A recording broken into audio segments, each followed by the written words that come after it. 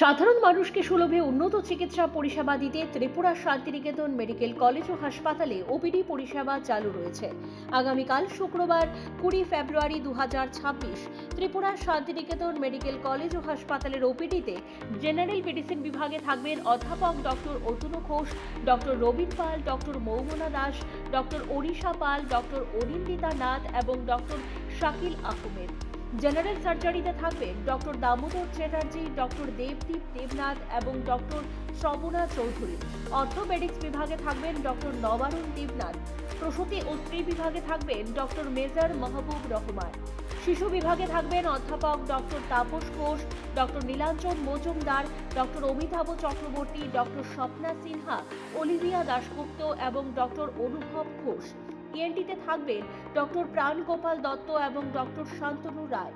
চক্ষু বিভাগে থাকবেন ডক্টর প্রণবেন্দু বর্মন এবং ডক্টর পাইচন্দ্র মগ। অ্যানেস্থেশিয়া বিভাগে থাকবেন ডক্টর শঙ্করী রায়। ডেন্টাল বিভাগে থাকবেন ডক্টর দীপরাজ দালাল। ফিজিওথেরাপিতে থাকবেন অরিন্দম বিশ্বাস এবং স্লিমা সাহা। আপনার স্বাস্থ্য আমাদের দায়িত্ব।